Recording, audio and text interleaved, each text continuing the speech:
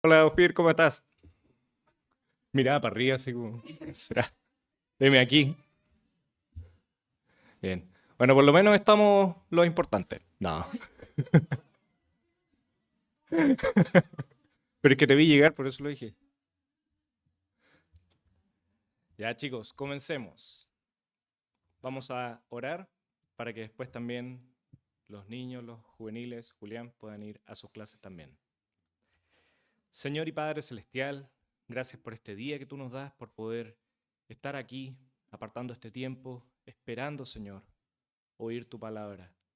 Te ruego, Señor, que todo lo que escuchemos, todo lo que aprendamos, todo lo que podamos tal vez profundizar, no sea un conocimiento solo teórico o histórico, sino que sea algo que podamos usar en nuestras vidas, Señor. Te ruego que estemos con un corazón abierto, no a participar de una rutina de un domingo más, sino que ser transformado por tu palabra, con la intención de querer obedecer lo que vamos a escuchar, Señor. Gracias por todo lo que estás haciendo. Te pedimos también por cada una de las clases, para que cada uno de los participantes pueda ser bendecido por tu palabra y escucharla con gozo. Te pedimos también por los maestros de todas las escuelas dominicales para que también nos dé sabiduría. Te rogamos, Señor, que seas tú quien hable y te lo pedimos en el nombre de tu Hijo, Señor Jesús. Amén. Bien, chicos, pueden pasar a sus clases.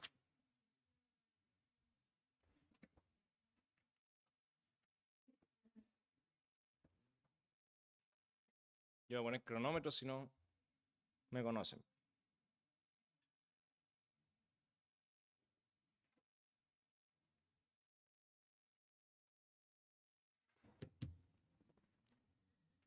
Bien.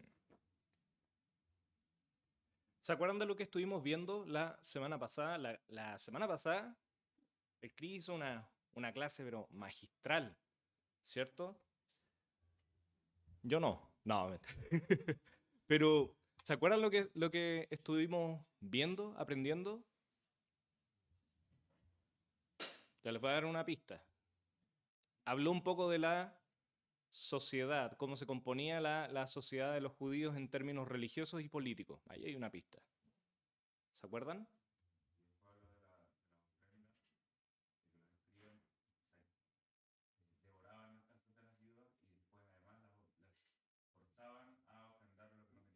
Excelente, bien. ¿Alguien se acuerda? Muy bien. Estuvimos estudiando acerca de la hipocresía de los escribas. Y la segunda parte estuvimos viendo acerca de la integridad de tal vez el donante más famoso de la historia, la viuda que dio las dos, no me acuerdo si eran dracmas o blancas, lo que la gente miraba como una cantidad insignificante. El Señor lo vio. Así como vio la hipocresía de los escribas, también vio el corazón de la viuda. Así como ve también el corazón con el que nosotros venimos a la iglesia o no venimos a la iglesia. Importante. Siguiendo en esa línea, hoy día vamos a ver dos versículos.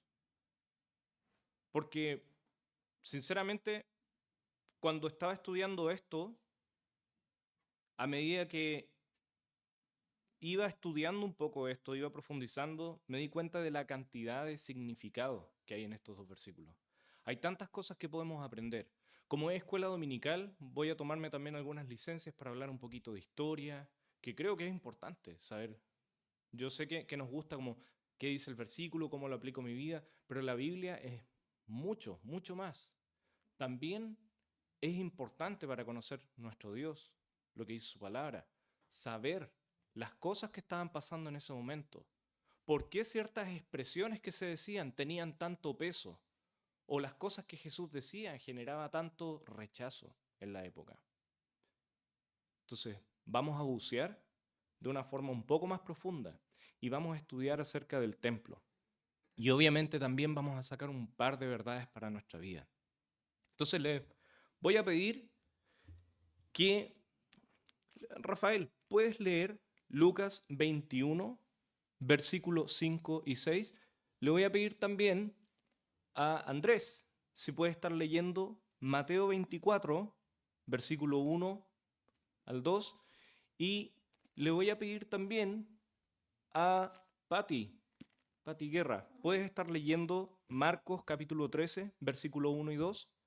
¿Se acuerdan de los pasajes que les asigné? Perfecto. Entonces, comencemos con Rafael.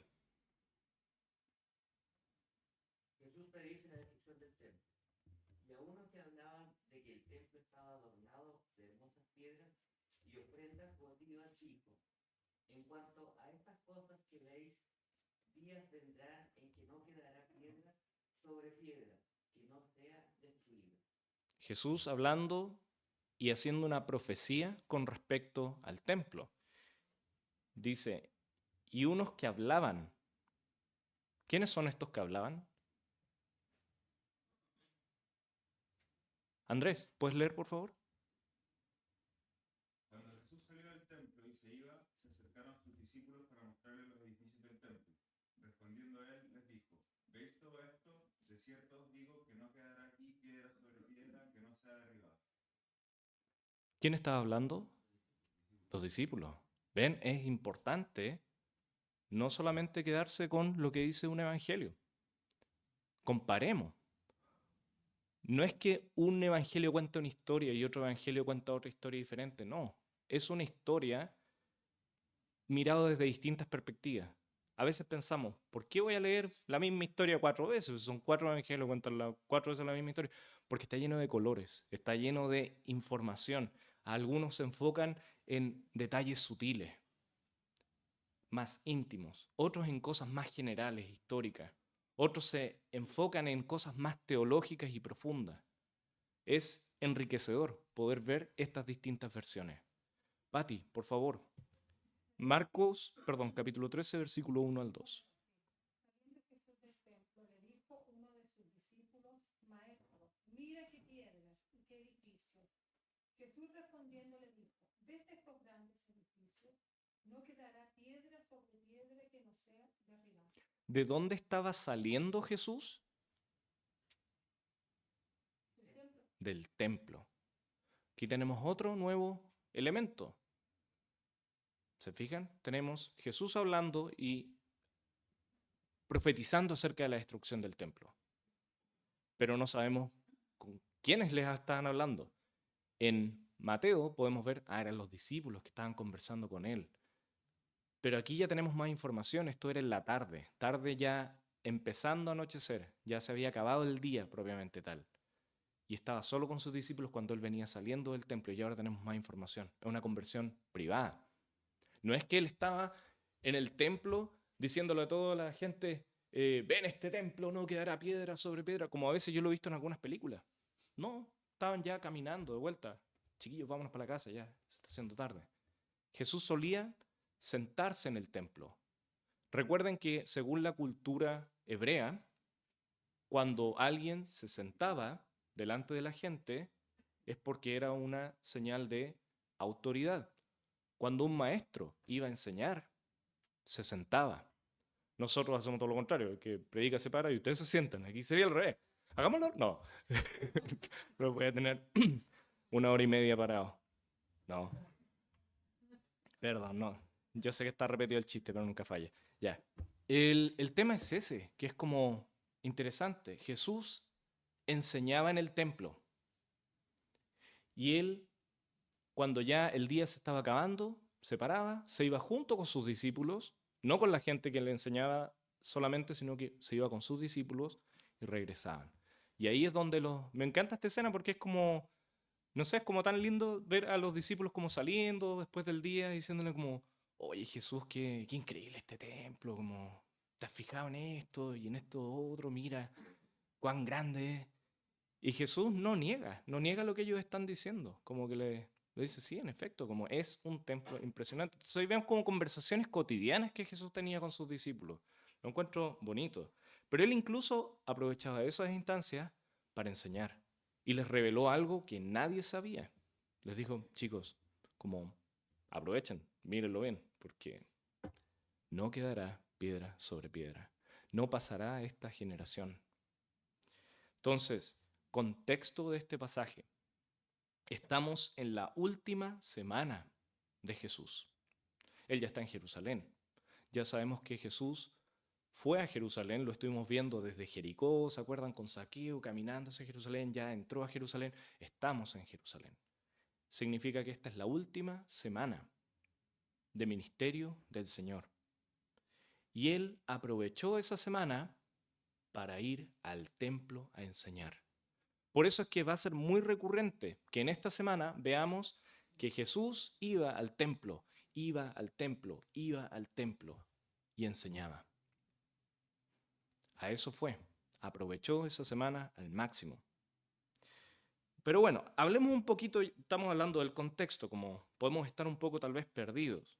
Como es importante saber que este templo estaba en Jerusalén. El templo de Dios, que se le conoce también como el templo de Herodes I o Herodes el Grande, era el templo en donde los judíos realizaban sus sacrificios.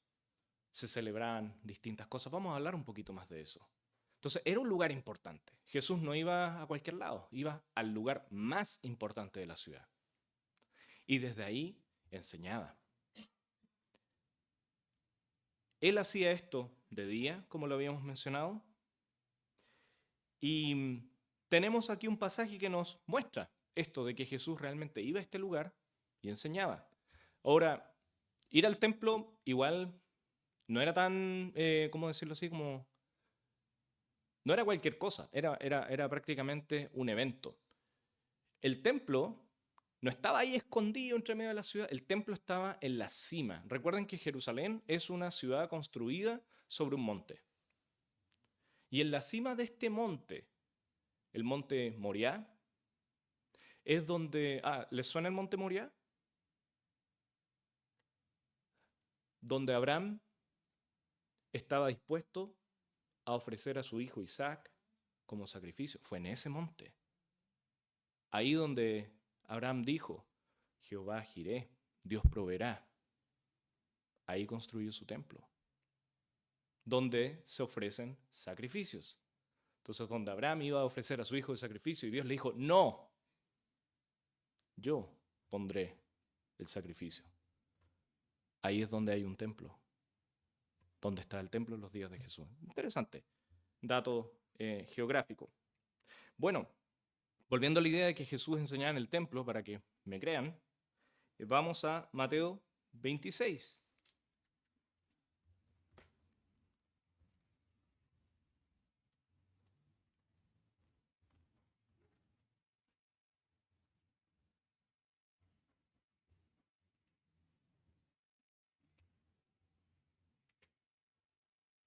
Versículo 55. Pablo, ¿puedes leer ese versículo, por favor? En aquella hora dijo Jesús a la gente: ¿cómo contra un ladrón habéis salido con espadas y con palos para prenderme? Cada día me sentaba con vosotros enseñando en el templo y no me prendisteis. Este es el momento emblemático cuando Jesús está de noche junto a sus discípulos a la hora que iba a ser entregado y llegan con antorchas, con palos para arrestarlo. Y Jesús les dice eso como, hoy es de noche, como yo estuve de día con ustedes todo el tiempo. Y no estaba escondido en una guarida sabiendo que me querían perseguir, sabiendo que me iban a arrestar y todo el tema. Yo estaba ahí, a la luz del día, públicamente, delante de todos, enseñando en el templo. Entonces, aquí tenemos un pasaje que enfatiza ese punto. Jesús efectivamente enseñaba en el templo. No cualquiera lo dejaban enseñar en el templo, ¿eh? Pero por más que lo odiaban los fariseos, no había mucho que podían hacer, porque hablaba con autoridad y la gente quería escucharlo. Entonces, interesante. Entonces, no era que Jesús era cualquier persona, como la gente lo reconocía ya como un rabí, un maestro. Por eso le dicen maestro. Importante. Bueno, Jesús anuncia esta profecía de la destrucción del templo. Y puede parecernos poca cosa, pero créanme, nos vamos a dar cuenta de la importancia cultural que tenía esta profecía, la importancia espiritual que esta profecía tenía. Las palabras que Jesús dice no son solamente una profecía que se cumple al pie de la letra, que tenemos una gran evidencia de que Jesús realmente era el Hijo de Dios, porque Él dijo estas palabras, y 40 años dentro de esa generación, como Él lo había dicho, se cumplió al pie de la letra. No quedó piedra sobre piedra. Vamos a ver después por qué es tan impactante esto. Pero Él, juntamente con estas profecías, también hace otras más, que eso quedará para la próxima escuela dominical, donde habla también no solo la destrucción del templo, sino que anuncia también la caída de Jerusalén como retribución por todo el mal que ellos habían hecho delante de Dios. Era el tiempo del juicio, se venía. Y además de eso, también hace otra profecía de un calibre enorme que anuncia su segunda venida. Entonces, todas esas profecías están dentro de este capítulo. Entonces, ustedes de aquellos que les gusta como Apocalipsis y cosas así, vamos a ver, bueno, aquí tenemos un capítulo sólido que nos habla acerca de eso. Pero me encanta porque no solamente es una profecía en cuanto a la revelación final, sino que también es una profecía para ese tiempo. Muy, muy, muy importante aquella profecía. Bueno, hablemos del templo. Hablemos del templo, estudiemos sobre el templo. Que el templo fuese destruido era algo tremendo, porque ¿quién jamás en aquella época hubiese pensado que tamaña construcción en menos de 40 años iba a desaparecer? Y de la forma en que desapareció. Y desapareció hasta el día de hoy. El templo era algo que llevaba, si sacamos la cuenta, llevaba cerca de 1000 años. Entre que se caía, lo reconstruían, que lo botaban, lo abandonaban, después llegaba otro y lo arreglaba de nuevo, otro lo refundaba, pero siempre estuvo ahí 1000 años. Y Jesús dice, no, esta generación no va a pasar, donde no va a quedar piedra sobre piedra. Entonces como, oye, esta cuestión está aquí, perdón, esta gran maravilla arquitectónica está aquí desde hace 1000 años. Claro, ha tenido sus momentos tristes, claro, pero ha estado. Y tú vienes y dices que de esta generación va a ser destruido y no va a quedar nada. Ya, claro, ok. Es como que alguien diga, hablemos de un país que tiene, no sé, más de 1000 años. Hablemos, por ejemplo, de Inglaterra. Que alguien diga, no, ¿sabes qué? No va a pasar esta generación. Inglaterra va a desaparecer. Ya. Ok. No era cualquier cosa lo que le está diciendo. No era probable que ocurriera lo que le está diciendo. ¿Se dan cuenta que no es cualquier profecía? Todo lo que implica esta profecía. El templo será destruido, no quedará piedra sobre piedra. Hermanas, estamos en Lucas capítulo 21, versículos 5 y 6. No hay problema. Y estamos hablando sobre el templo y esta profecía que Jesús anunció con respecto a la destrucción de este templo. Y estamos viendo por qué todo esto es tan importante. ¿Qué era el templo? ¿Qué era el templo? Como habíamos dicho, era una construcción asentada sobre la cima del monte Moriah, que fue construido para la dedicación de sacrificios, ofrendas, holocaustos, inciensos, oraciones a Dios. Un lugar de ritos y prácticas y celebraciones religiosas. Este templo fue conocido como si no me equivoco, el tercer o el segundo templo, ahí depende, si consideramos que el templo de Esdras y son templos distintos, pero vamos a hablar un poquito de eso, pero es un nuevo templo en el mismo lugar. Y fue construido por Herodes I, o más conocido como Herodes el Grande, un gobernador que fue puesto ahí por los romanos, pero que los judíos simpatizaban con él. Entonces no fue menor que él haya reedificado, remodelado, porque el templo ya estaba, pero él lo remodeló, lo transformó, lo enchuló, no. Pero él hizo todo esto Y los judíos estaban contentos con esto, estaban maravillados, porque no era una construcción pequeña la que él hizo, fue mucho más grande que el templo que construyó Esdras, mucho mayor. Entonces, este era el templo. Representaba para los judíos prácticamente el centro de su actividad religiosa, pero además de eso también para ellos representaba la presencia misma de Dios. Representaba la presencia misma de Dios.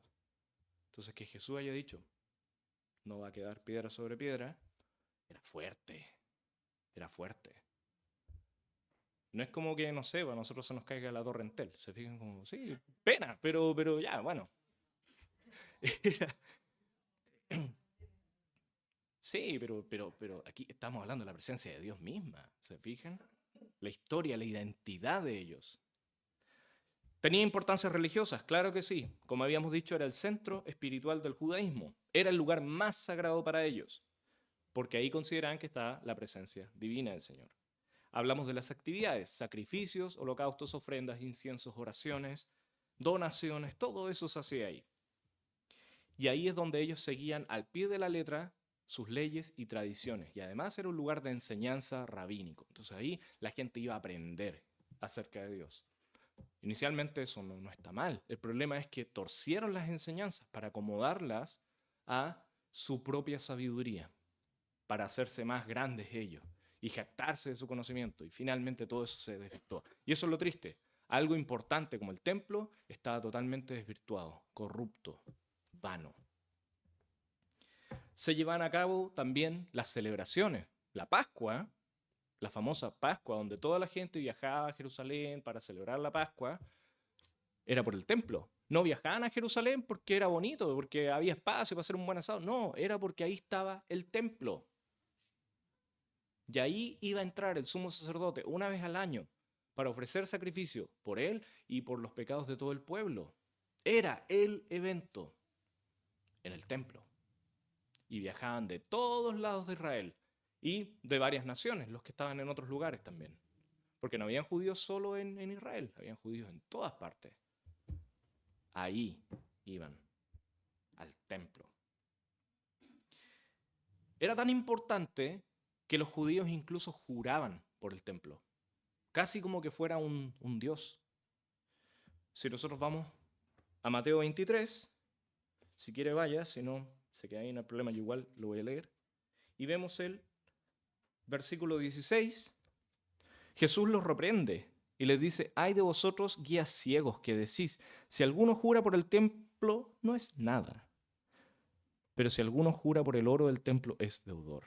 Pero Jesús les insiste en el versículo 22, el que jura por el cielo y jura por el trono de Dios y por aquel que está sentado en él. Perdón, el 21, me equivoqué. Y el que jura por el templo, jura por él y por lo que él perdón, ¿qué me pasa?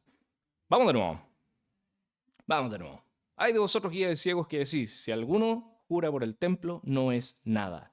Pero él corrige y en el 21 dice, el que jura por el templo, jura por él y por el que lo habita. Entonces, él les está diciendo, ustedes no se dan ni cuenta, pero están transformando al templo en lo mismo que a Dios. Y ustedes están jurando por el templo como que fuera Dios. Esa es la importancia que ustedes le están dando y no se dan cuenta. En el fondo, están adorando esta construcción, pensando que es como, no, pero sí, cualquier cosa, jurar por el templo. Pero juraban por el templo, no juraban por otras cosas, juraban por el templo. Entonces, tenía casi, tal vez tenía el lugar de un ídolo. Era un lugar de idolatría en sí mismo. Eso es tremendo. Este templo también tenía importancias políticas, no solamente religiosas, porque claro, lo religioso es obvio, pero también tenía actividades políticas muy importantes. Primero, el hecho de que Herodes, uno de ellos, haya construido con la autorización del Imperio Romano este templo, era para ellos el último símbolo de soberanía e independencia que ellos tenían ante el Imperio Romano. Recuerden que en este tiempo ellos estaban conquistados por el Imperio Romano, estaban bajo el Imperio Romano. La forma de conquista del Imperio Romano era distinta a la de otras naciones. Ellos tomaban control de la tierra y tomaban un montón de privilegios. Tenían que darles impuestos, si había guerra los llamaban para que ellos también fueran a pelear. En caso de que necesitaran como gente extra, tenían que obedecer al César y socialmente los romanos estaban por encima de cualquier ciudadano de una colonia, de aquella nación conquistada. Los judíos obviamente aceptaron, no les quedó de otra. Pero ese era su lugar especial, era el lugar que a ellos todavía les daba esta sensación de todavía somos nosotros. Era casi el estandarte de su independencia limitada. Entonces, políticamente era tremendamente importante para ellos su templo, frente a esta ocupación como extranjera que había. También era importante el templo en términos económicos.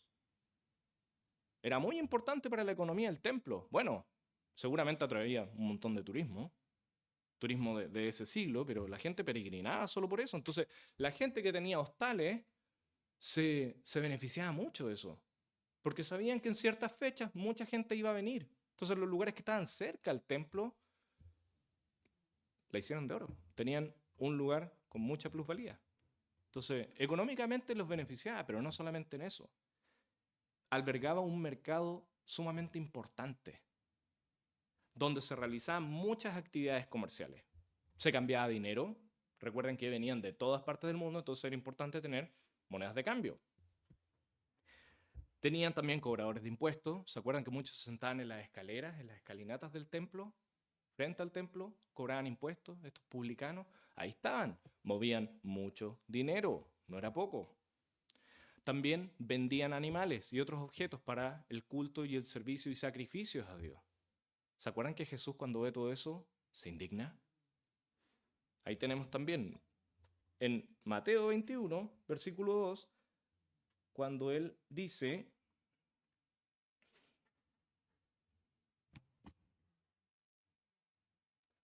no, perdón, no es el 21.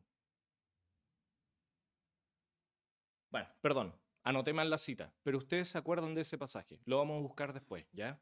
Cuando él entra y da vuelta a las mesas de los cambistas, libera a las palomas y a los animales que estaban ahí, indignados, diciendo: como ustedes han transformado la casa de mi padre en una cueva de ladrones. ¿Se acuerdan de ese pasaje? Por ende, había todas esas cosas en ese lugar. Y no solo en ese momento, por mucho tiempo. Entonces, era un lugar de actividad económica importante. Esas son las importancias que tenía el templo. Sociales, políticas, culturales, económicas, religiosas. Todas esas implicancias tenía el templo. ¿Qué importancia tenía que el templo fuera destruido? Hablemos de la destrucción del templo. ¿Qué importancia iba a tener esto? Ya que estamos viendo con mayor profundidad todo esto. Iba a ser el fin de una era. El fin de Israel libre. No eran 100% libres, pero tampoco eran 100% cautivos. Con esto se acaba completamente la identidad de Israel. Con la destrucción del templo iba a venir también la diáspora del judaísmo. O sea, todos los que estaban ahí tenían que arrancar. Y ya se acabó esto de venir a Jerusalén y adorar. Se acabó las celebraciones en distintos lugares, a escondido. El fin de una nación. Y esto fue así hasta 1948. Hasta 1948. Estamos hablando de casi 2000 años, ya 1900 años, que esta nación estaba dispersa, repartida, sin una tierra. Increíble. 1900 años. Todo partió con la destrucción del templo, en el año 70. Jesús anunció esto cerca del año 30. No se sabe exactamente en qué año murió Jesús, pero pongámosle que fue el año 30. Si esto pasó en el año 70, fue 40 años después de que él anunció todas estas cosas. Era importante porque dictaminaba el juicio de Dios. Aquí podíamos ver que el juicio de Dios que él había guardado para Israel lo llevó a cabo. Y fue doloroso. Fue terrible. Entonces, que el templo fuera destruido no era cualquier cosa. Volvamos a nuestro pasaje. Lucas 21, versículos 5 al 6. Y unos que hablaban de que el templo estaba adornado de hermosas piedras y ofrendas votivas. Eso significa como donaciones. Dijo, en cuanto a estas cosas que veis, días vendrán en que no quedará piedra sobre piedra que no sea destruida. Ahora entendemos un poco más, no totalmente, pero un poco más, lo que significa todo esto. Para ellos, para la historia. Bueno, hemos hablado acerca del templo en cuanto a lo conceptual. Veamos también un par de detalles como ya más, por decirlo así, como físicos del templo, para saber un poco también como por qué era tan increíble esta construcción. Bueno, habíamos dicho que estaba en la cima de la ciudad. Eso significa que al ser una construcción grande se podía ver en todo lugar de Jerusalén y tal vez de algunos alrededores. Entonces cuando la gente venía llegando a Jerusalén, se veía el templo en la cima. Entonces eso era importante también, como estamos llegando a la ciudad santa. ¿Y cómo lo reconocemos? Porque tenemos un letrero que dice, bienvenido a Jerusalén. No, porque tenían el templo. Wow, estamos llegando a la ciudad santa de Dios. Entonces era importante para los peregrinos ver eso. Un espectáculo. Era una construcción grande para la época. Para la época era una construcción muy, muy grande. Tenía 60 metros de altura. En ese tiempo, construir algo de 60 metros de altura no es como hoy. No hay hormigón ni otros materiales que te permitan construir así, ni máquinas retroexcavadoras. Entonces, era una hazaña construir algo que tenía 60 metros de altura. Y estamos hablando de los muros, de los postes, de los pilares. Era una construcción gigantesca para la época, 60 metros de altura. Las dimensiones eran 500 metros de largo, medio kilómetro, 500 metros de largo. Y de ancho, unos 280 metros.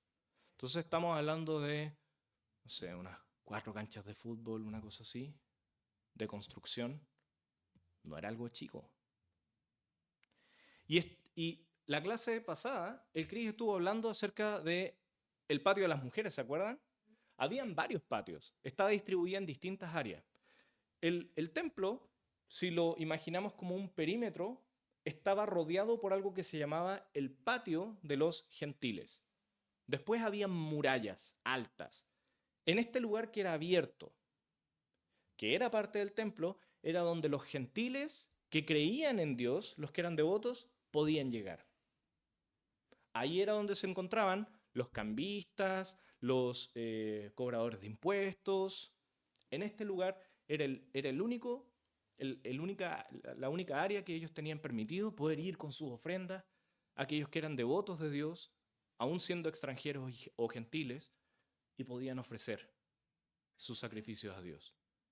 Entonces, era un lugar, perdón lo que voy a decir, pero quiero que se entienda bien, no es mi opinión, es como los judíos lo percibían, era el lugar para el perraje, ¿ya? Y lo digo así, porque ellos lo veían de forma muy despectiva, como los gentiles, fuera del templo, en el patio. Entonces, para ellos no era un lugar santo, pero el templo es el templo. El templo es santo porque estaba separado para el servicio de adoración de Dios. Y esta gente venía con su corazón a entregarlo a Dios. Pero no todos lo consideran un lugar tan santo. Entonces, por eso uso esa palabra que es bien despectiva, pero quiero que se entienda. En la época era así, el patio de los gentiles. Después estaba el patio de las mujeres, que estaba dentro del templo en la zona central. Si ustedes van entrando al templo por la puerta principal, que es la delantera, lo primero con lo que se van a encontrar es el patio de las mujeres. Hasta ahí podían llegar las mujeres si eran judías. O sea, si eran gentiles, olvídalo, pero si eran judías, hasta ahí podían llegar. Y ahí podían ofrecer también sus donaciones, sus ofrendas, sus inciensos, sus sacrificios que después eran llevados adentro. Había un muro a la mitad del templo con una gran puerta. Dentro de esta comenzaba el patio de los judíos. Aquí era donde los judíos, hombres, podían entrar. Y ahí era donde estaban los altares, donde se ofrecían los sacrificios y ellos entregaban sus ofrendas. Ya estamos más adentro en el templo. Después había un santuario, una construcción, una casa muy alta, muy grande, como de 70 metros hacia el fondo, 30 metros a la derecha.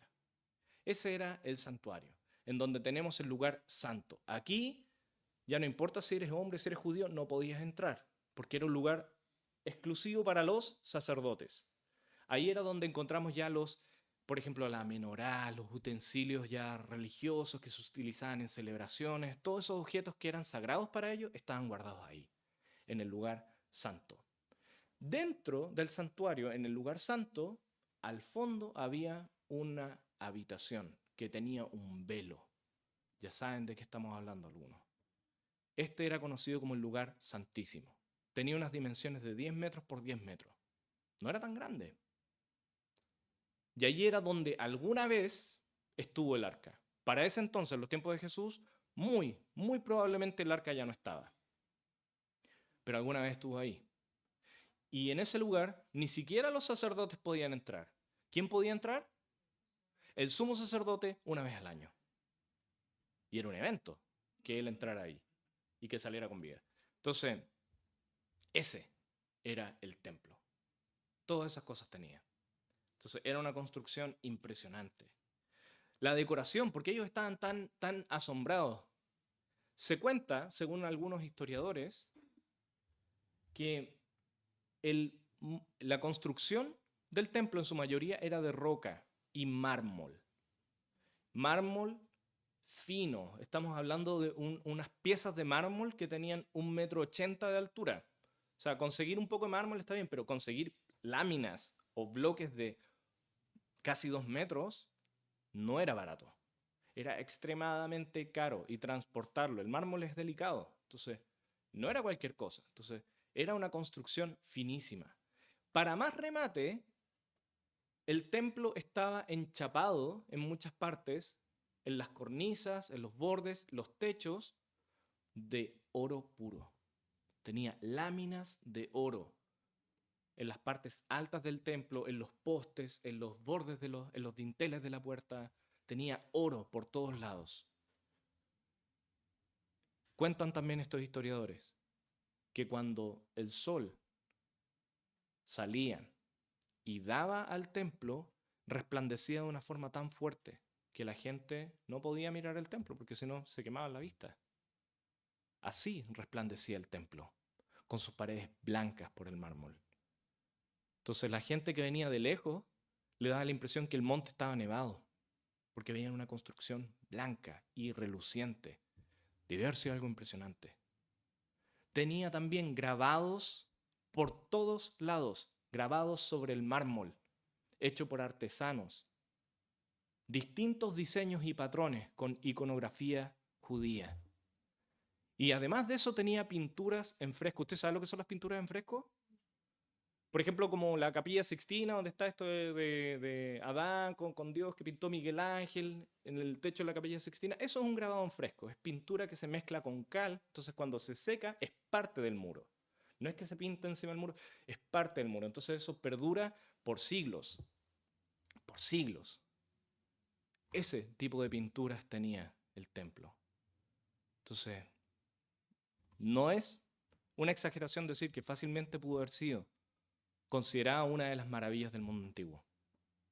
Era espectacular. Bien, eso es con respecto a la decoración, a la estructura, arquitectura, localización, geografía del templo. Hemos aprendido hartas cosas, ¿cierto? Cuando Jesús dice, todo esto que vemos, que ya ahora lo podemos ver de una manera más viva o imaginar de una manera más viva, qué terrible. No va a quedar piedra sobre piedra de todo este trabajo de siglos de adoración, cultos, celebraciones, trabajo increíble. Podríamos hablar también de la historia, no sé si vamos a alcanzar. Voy a hacerlo muy resumen. ¿De dónde sale este templo? Ya, hagámoslo muy flash. Después, si quiere, conversamos en el break y le cuento ya con detalles, si le interesa realmente, si no, no hay problema. Pero, ¿de dónde sale esto? Moisés levanta el tabernáculo en el desierto. El primer templo móvil, ¿se acuerdan? Después conquistan la tierra prometida y empiezan a tener reyes. David quiso construir el templo, pero ya no un tabernáculo, una tienda que era desmontable y se armaba, que debe haber sido espectacular igual, muy práctico, como un templo móvil. ¿Se imaginan? Podríamos mover este templo para todos lados y tenemos la reunión donde queramos. ¿Se imaginan? Pero aquí David dijo, no, yo quiero construir una edificación sólida. Y Dios le dijo, no, porque tus manos están llenas de sangre, tu hijo lo va a hacer.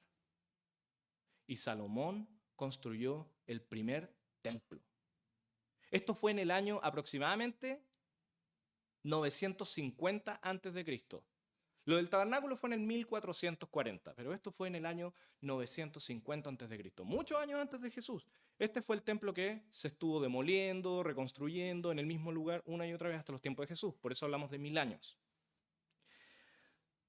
587, Nabucodonosor llega a Jerusalén y en su tercera invasión logra destruir y saquear el templo.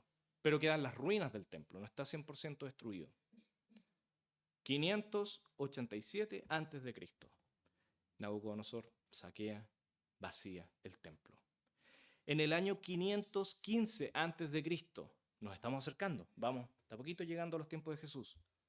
Esdras, el sumo sacerdote de aquella época en el exilio, siente en su corazón el deseo de construir el templo y llora por el templo de Jerusalén. Y junto con Zorobabel, el rey, vuelven y reconstruyen el templo. Este es conocido como el templo de Zorobabel. Este es el templo que en el año 19 antes de Cristo, ya estamos casi llegando, o sea, más de 500 años, o 500 años. Herodes dice, hay que echarle una manito de gato, pero vamos a tirar la casa por la ventana. Y lo amplían, hacen todas estas cosas que estamos hablando. ¿Saben cuánto se demoró Herodes en construir esto, en terminar la construcción? Terminó en el año 63. O sea, si Jesús dijo esto en el año 30, todavía no estaba terminado el templo. Fueron casi 80 años de construcción, de trabajo para tener el templo terminado. O sea, si decimos que el santuario de la Teresita de los Andes se demora, imagínense esto. Imagínense esto, como, oye, ya, pues, han pasado 80 años y Herodes, ponte las pilas. No, ya no está Herodes, pero año 63 se terminó el trabajo. Año 63 después de Cristo. El templo más majestuoso que la historia había visto hasta ese entonces estaba listo. 7 años después, destruido.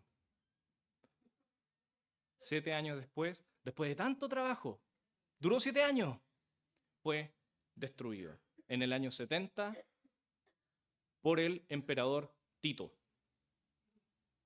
Aquí los estoy viendo a los Titos. El emperador Tito lo destruyó. Ahora, pudo haberlo destruido y dejarlo en ruinas, pero él literalmente quitó todas las piedras del templo. ¿Por qué? Porque en esta destrucción lo quemaron. Y después se dieron cuenta, oye, pero ¿y el oro? Sacaron todas las piedras, cada una de las piedras del templo, no dejaron nada para llevarse todo el oro que se había derretido en el incendio, se había fundido y estaba en las bases de las piedras. Entonces, los romanos sacaron ellos mismos todas las piedras, por eso no quedó ruina. Solo quedó abajo un muro, que no era el muro del templo, era un muro que conducía al templo, que es hoy en día el que se conoce como el muro de los lamentos. Eso es lo único que les queda de lo que alguna vez pudo haber sido el templo.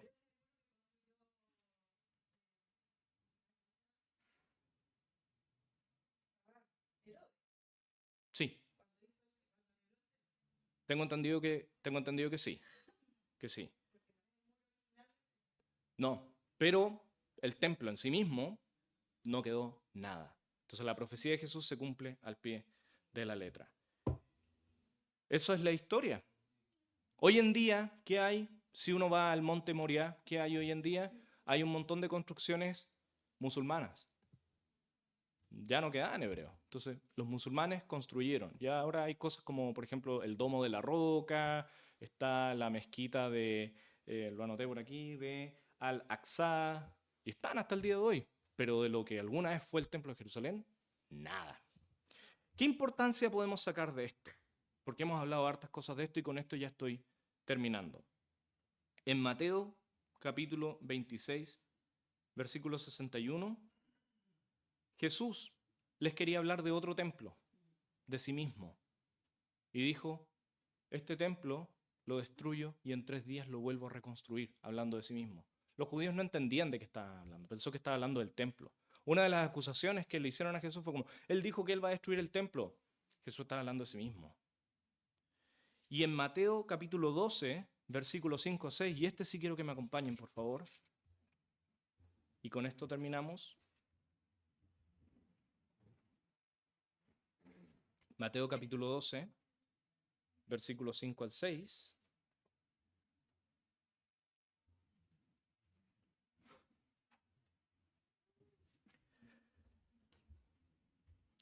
¿O no habéis leído en la ley como en el día de reposo los sacerdotes en el templo profanan el día de reposo y son sin culpa? Les estaban juzgando a Jesús porque él no guardaba el día de reposo como ellos lo hacían. Y les dice, oye, ¿y qué pasa con los sacerdotes en este templo? Versículo 6. Pues os digo que uno mayor que el templo está aquí. Jesús al lado de este templo al lado de Jesús, por muy majestuoso que fuera, no era nada. Jesús era el verdadero templo. Y hoy, en la Escritura, Dios dice que los creyentes somos el templo de Dios. Hermanos, toda esta construcción magnífica de la cual estuvimos hablando no es nada en comparación con lo que Dios ha hecho con nosotros. Dese cuenta también que no podemos destruir o no cuidar este templo, porque en él habita el Espíritu Santo de Dios y nos ha transformado a nosotros en su templo. Increíble. Señor y Padre Celestial, gracias por tu palabra. Gracias por esto, esta profecía, por este templo también que alguna vez existió, porque era solamente un reflejo, una sombra de lo que tú ibas a hacer, Señor. El sacrificio perfecto, único para nuestras vidas, Señor. Gracias porque hoy en día ya no necesitamos nada de esto, porque tenemos una relación directa contigo gracias al sacrificio del Hijo. Gracias porque ahora tu Espíritu mora en nosotros y ayúdanos también a entender la importancia de eso. Gracias por todo lo que estás haciendo, por las clases que tuvieron también los niños. Bendícelos enormemente, cuídalos en la semana. Te lo agradecemos todo en el nombre de tu Hijo, Señor Jesús. Amén.